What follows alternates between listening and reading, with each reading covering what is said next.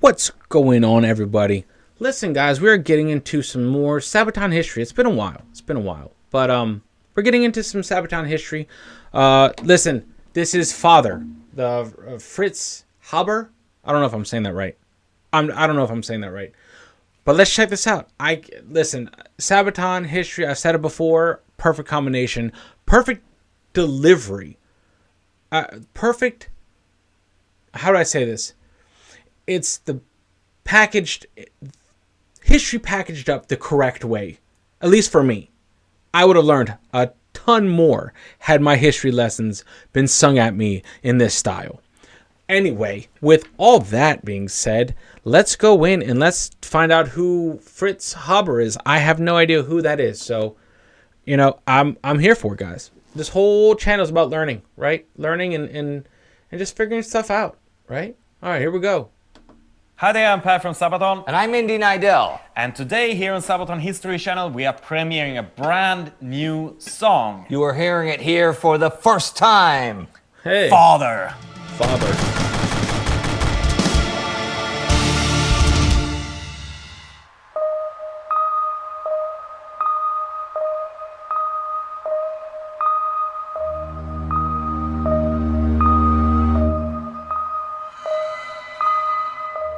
Not every legacy is easily distinguishable as good or evil. Sometimes it's more like the light of a candle. The brighter it shines, the longer it casts its shadow. The master chemist Fritz Haber's accomplishments have lifted humanity up as a whole, helping billions of people, yet also caused terrible, agonizing deaths and lifelong suffering for hundreds of thousands of others. It is a legacy seemingly caught between ethics and science, between idolization and condemnation, between home and exile, yet also true to his own credo, in peace for mankind, in war for the fatherland. The Nobel Prize Committee of the Swedish Royal Academy announced its honorees for the years 1914 to 1919, the war years. 5 of those honored were Germans, and among them was Fritz Haber. He was awarded the 1918 Nobel Prize for Chemistry for the groundbreaking achievement of creating synthetic ammonia. Yet, there was a loud roar of outrage by French and British scientists who sent in notes of protest. Haber, they said, was the father of chemical warfare. And yeah, he was that too. Fritz Haber was born in Breslau, Prussia in 1868. His father was a wealthy Jewish businessman who supported early on his son's interest in chemical experiments. Haber studied organic chemistry and physics at the university in Berlin, where he graduated cum laude in 1891 and reached full professor of physical chemistry in 1906. Already then, he was making great strides with his intellect and drive, while boasting that he had never attended a single lecture on physical chemistry except for his own.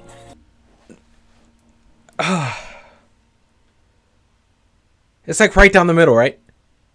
Right down the middle. Right smack down the middle.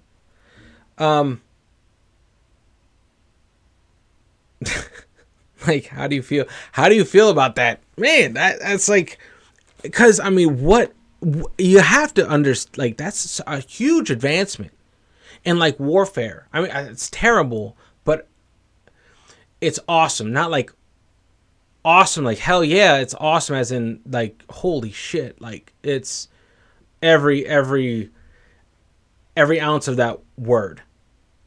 It changed warfare.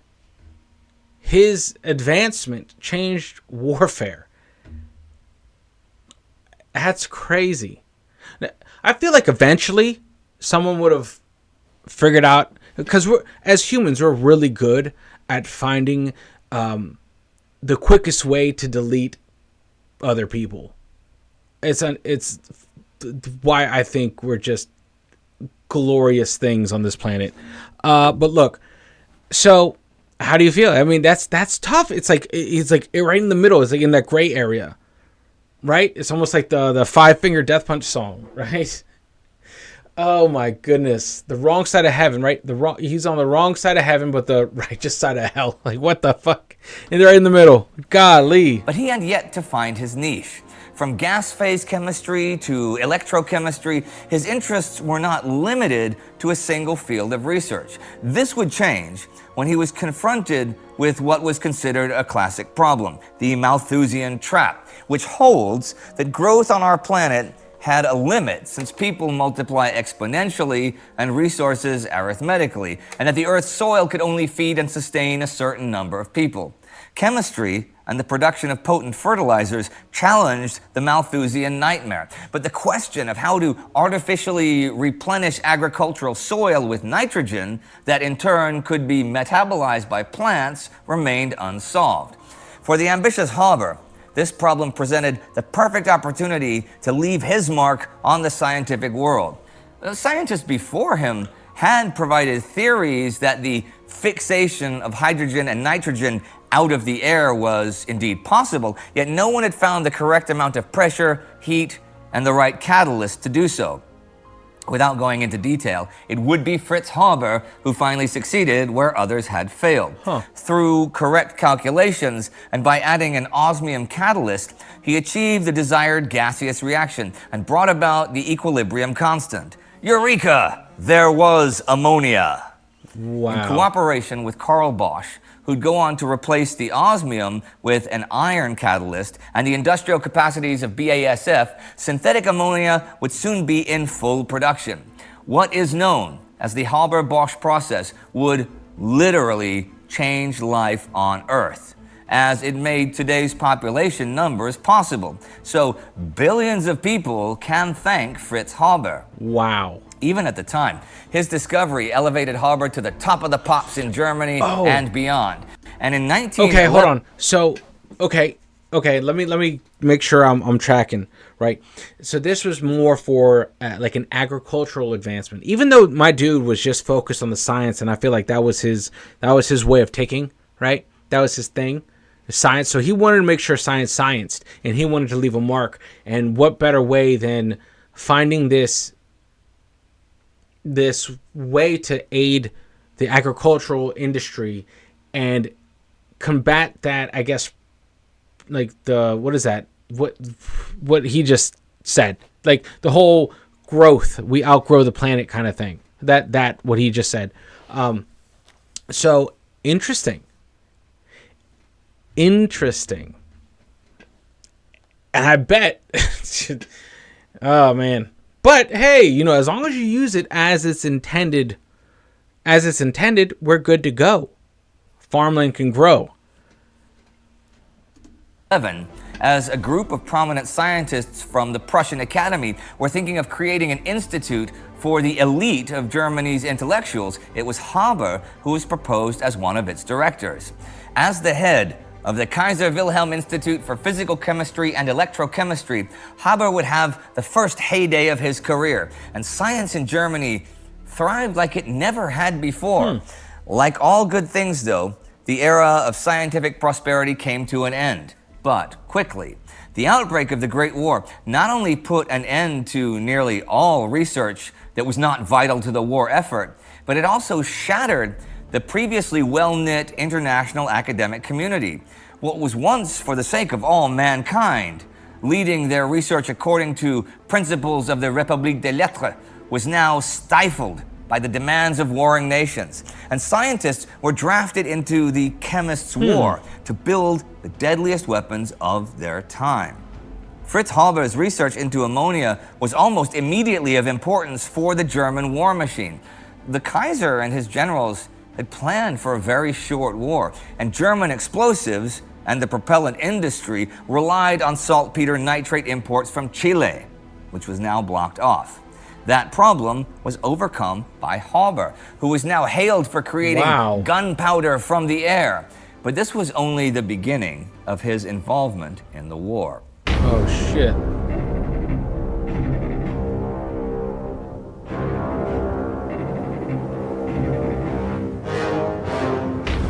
In the early morning hours of April 22nd, 1915, a greenish-yellow fog, up to 2 meters high, crept towards the Allied lines. It was driven by the wind, and those who smelt it described its sweetish, chloric smell, which was also irritating like pepper. But those who did so were also soon seen coughing, spitting, and retching. Caught in the fog, men clutched their throats, their eyes red with pain, stumbling around in terror. Many simply collapsed to the ground, gasping for air. Oh the Germans had unleashed God. 160 tons of Haber's newest invention, chlorine gas. Holy shit. As a weapon, the gas attacked the mucous membranes and the wet tissues of lungs, eyes, and throat. This was the advent of modern chemical warfare. No one was quite aware of what kind of Pandora's box had been opened. For Fritz Haber personally, the day was both triumph and tragedy. The German military called Haber a national hero and symbolically promoted him to Hauptmann. His marriage, however, was reaching its darkest point. Like her husband, Clara Haber aspired to leave her mark on the scientific world. She was even the first woman to get a doctorate in chemistry at the University of Breslau, with her thesis on the solubility of heavy metal salts. Heavy metal. Yet, unlike her husband, this did not open the doors of the academic world to her. Although her colleagues were generally supportive, this was not a time when women often found employment in fields like physics or chemistry. Clara worked as a freelancer, but was frustrated over her expected role as a housewife, mother, and hostess to the prominent guests of her husband. Tired and depressed by an unfulfilled life and a dysfunctional marriage, Clara took her own life. Oh my God. On the day when Fritz Haber was hailed a hero by the press, she was found dead by their 13-year-old son. Haber's thoughts about her death remain unknown, and contrary to a lot of public opinion, there is no evidence that Clara's suicide was caused by her husband's involvement in chemical warfare. Either way, Haber left for the Eastern Front the next day to instruct German pioneers on how to deploy his new weapon. God damn. Gas would become one of the most feared weapons of the whole Great War. But although many of Haber's colleagues spoke out against its introduction, calling it a perversion of science and fundamentally abhorrent, it was not universally condemned. In fact, far from it. The Entente was quick to retaliate, of course, turning gas warfare against German soldiers as well. Haber argued that he wanted to primarily break the psychological will of Germany's enemies, much like with the frightening effect of a flamethrower or a bayonet charge. Once the stalemate on the fronts was broken, it would save so many others from the machine guns and artillery shells of a prolonged war. Until the end of the war, the Kaiser Wilhelm Institute would continue to produce other chemical agents, most notably phosgene gas and ypirite, also known as mustard gas. Haber introduced the concept of Buntschießen, where different kinds of gas shells were deployed in an effort to act as mask breakers, right? Like one kind of gas would penetrate the filters, forcing the affected soldier to take off his mask, only to then be hit by an asphyxiating gas shell the next moment. Yet, poison gas ultimately did not shorten the war. Instead, it's estimated that by the war's end, around 1.3 million soldiers were wounded by the effects of chemical weapons, many blinded or with lungs destroyed, many of them killed by asphyxiation or internal bleeding. That's... Man. So, this dude is the pioneer of chemical warfare. Isn't that crazy? Wife killed herself, suicided herself, and the next day he was out there, like, in the field. That's nuts. That's nuts. I mean, granted, I this whole thing is crazy. You know, I would put it like, let's say something that was groundbreaking and changed the tide of war. And it's like a dark day for the person who created said thing. I would put that on the same scale as like the nuclear bomb. It's like, yay, the doors that this could open, you know, but holy shit, what cost? You know, that's the thing. I feel like that's the thing. It's pretty crazy. You know, and like that whole weight, the whole weight of this, right? The what is it, million or so, like they were affected by that. Like that's a crazy weight to just carry around on your own, you know? So, and in that point, like, do you wish to have that person be soulless? Just cold? Turned off? Because then that's a recipe for not good things. And granted, this is already not good, but this is crazy.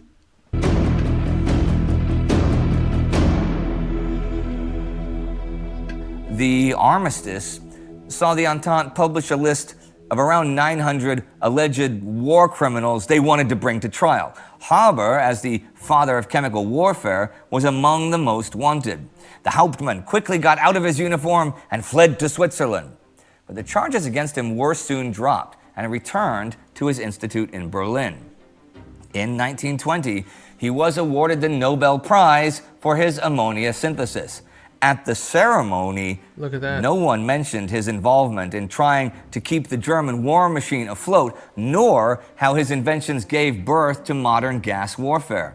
Many in Europe's scientific community simply wanted to return to how it was before the war. Wow. Haber never showed any signs of remorse. Instead, he turned his full attention to the prosperity of his institute.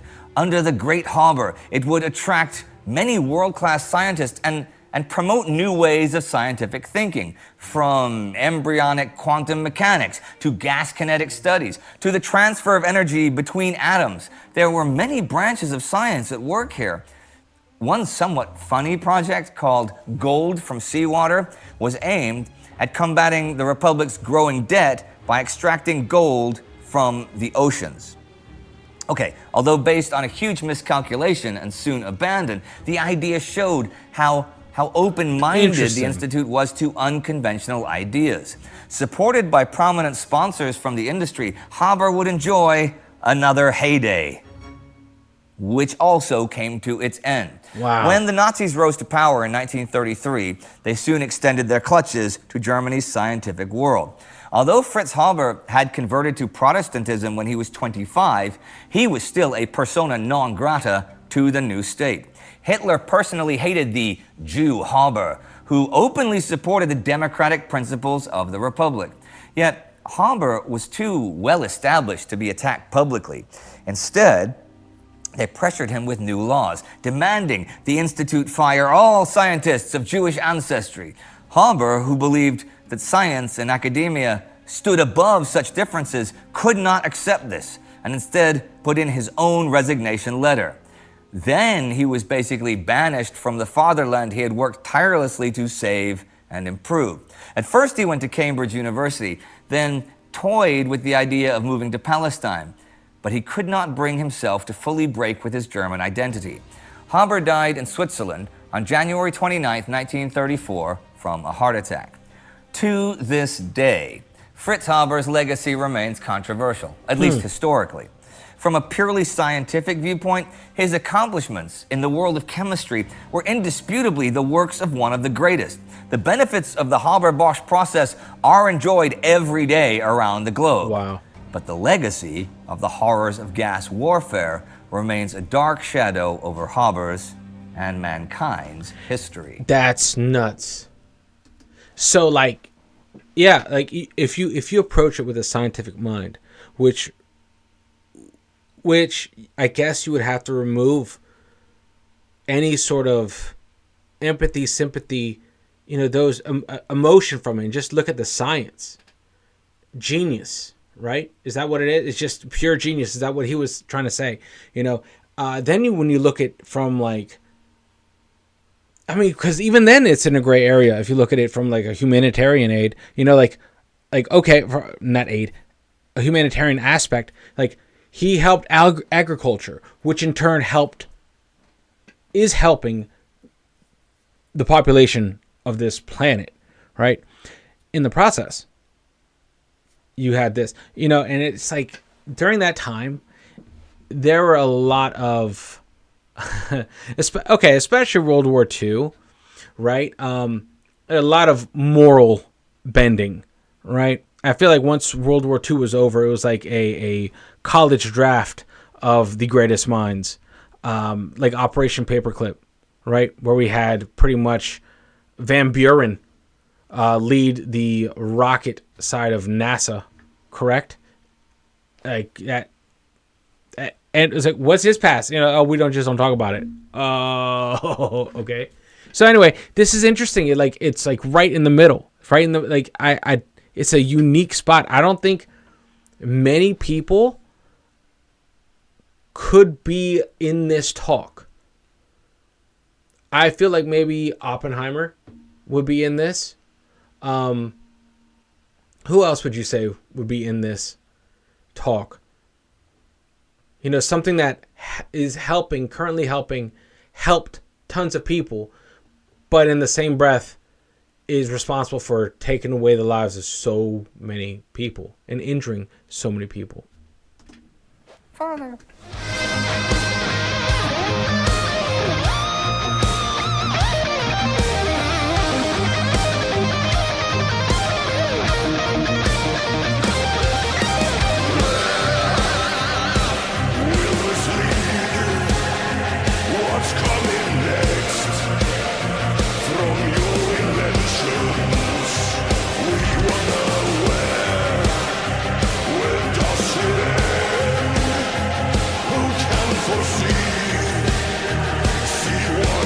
Oh, we get the song too. Hell yeah. Okay, Per, This song is not on any of the albums. Go.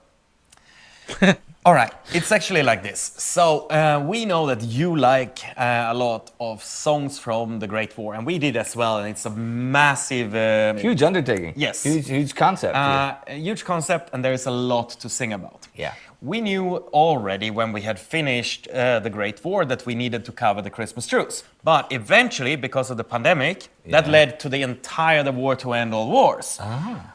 But we were still not ready with the pandemic, so we still had time on our hands. We were not touring. And we actually recorded more songs. Yeah. And then we felt these belong in the same universe. This also belongs in World War I. Yeah. And it will extend throughout the entire tour with new releases that's connecting to the album tours. Yeah, so the album, the album's been out for a while, the second Great War album, War to End All Wars. And so this is extending the theme even further. Yes. Interesting. So we recorded 3 more I like that. singles and EPs. Yeah, well, singles. And they're going to be bundled into EPs, connecting them. So the first one that's come out, this one, Father. Father. It's obviously about inventions in war. And when you think about that, the first one, the first EP is connected to inventions during the Great War. So there we have the Attack of the Dead Man comes in there, of course. And it also fits in with future warfare.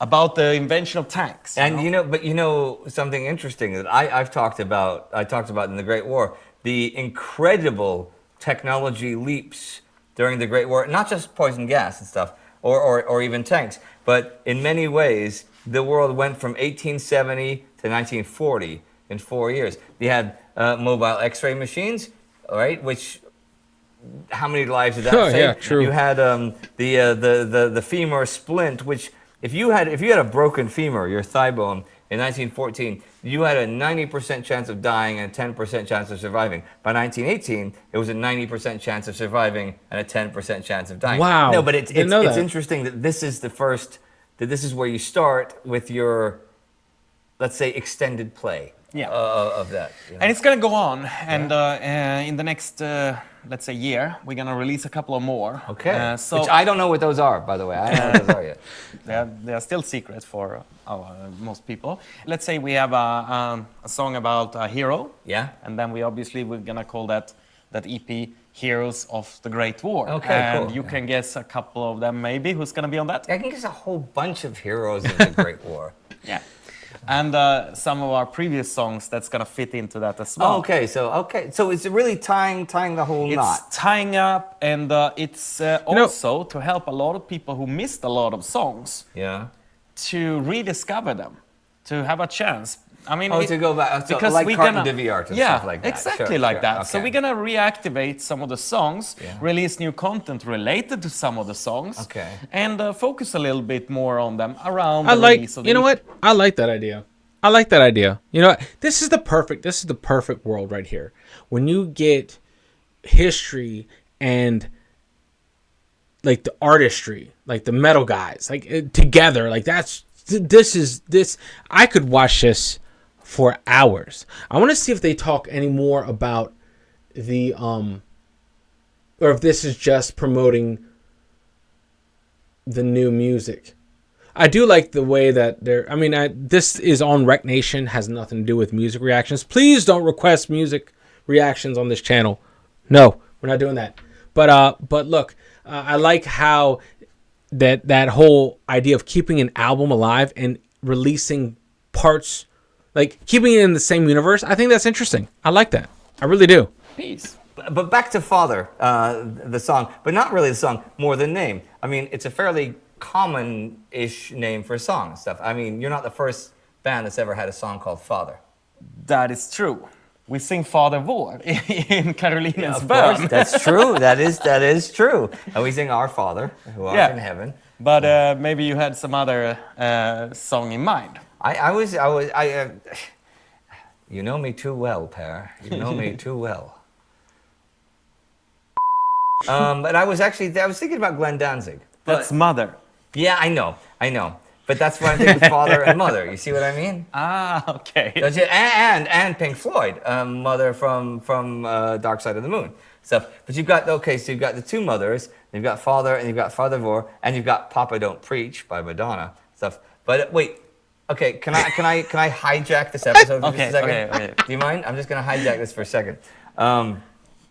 Glenn Danzig, before Sam Hain and Danzig, they had the Misfits. And when I was in my early teens in Houston, Texas, I was really into punk and new wave. But there was the only radio channel you can get it on was local Rice Radio, and I couldn't even pick that up at night. Lived too far away from the university. There were the record store. It was like a 20-minute bicycle ride from my house, Hastings Records, which was huge. It was biggest part of this compound, and they had one little rack with 3 rows that said punk and new wave, with 3 rows of records. And I would save up my money, because it was like $7.99 to buy a record. It was a lot of money for a kid then, like if you're 12 or 13 years old. And I would buy a record based on what the record cover looked like. And that's when I got Misfits Walk Among Us, because Misfits looked so cool on Misfits Walk Among Us. So I bought that, which is still one of my favorite albums today ever, which I still think is the best thing Glenn Danzig ever did. No offense to anybody who likes any of his later music and stuff, because I liked him better as a punk. I did. Okay, I thought that you're gonna say that's where I found Papa Don't Preach. Oh no! This is before Papa. This is before Madonna. Madonna was still the drummer in the Breakfast Club then. By the way, there's your trivia for today. Before Madonna became Madonna, she played drums. She was a drummer. She played drums in a band called the Breakfast Club before Madonna became a. Well, so when somebody says, "Well, what instrument?" No way. Get out of here. My mind is... I'm looking that up right now. Yeah, it's... Was Madonna a drummer? No way. Get out of here. Okay, yeah, Breakfast Club. And Emmy and Emmys in the 1970s. Instrument does Madonna play? You can go, drums. But now, if we can hijack back this. Yeah, you can hijack it back. To Fritz Haber. To Fritz Haber. Yeah. And we haven't mentioned him yet today. No, we haven't mentioned him. Does he need a mention? I mean, how do you feel? Like, is it controversial for you to talk about it? The thing is, okay, throughout history, there have been people that are complete, absolute, amoral, not even unmoral, amoral, with no moral compass. People who have done great for humanity, and I think Fritz Haber is one of those. The fact that there's no remorse for creating weapons that murdered in a horrible way. Being shot in the head, you die. Poison gas, you can have another 60 years with half a lung and with your eyes burned out and stuff like that. But you cannot deny that synthetic ammonia is one of the great discoveries of the 20th century. Yeah, I mean, he absolutely deserved, in pure scientific terms, he deserved the Nobel Prize for that. How do I reconcile that? I have a hard time reconciling it. I think I would not have liked to hang out with Fritz Haber. I think Yeah. But what do you say? If we travel back in time, we're gonna avoid him. But we're probably not gonna travel back in time to meet Fritz Haber. Probably. We're probably gonna look ahead for new episodes of Hey. Sabaton History Channel in the future. I love In the this. future, we can't wait to see you guys there. Don't forget to click subscribe, and don't forget to keep checking your internet for future episodes. Hey, listen. Interesting. Night Kiss. Hey, good suggestion. Good suggestion on this one. That's a good one. How do you guys feel? This is it's odd. It's like right down the middle, man. I like Indy's takeaways. Like, I like his takeaway from it all. I was like, I wouldn't hang out with him.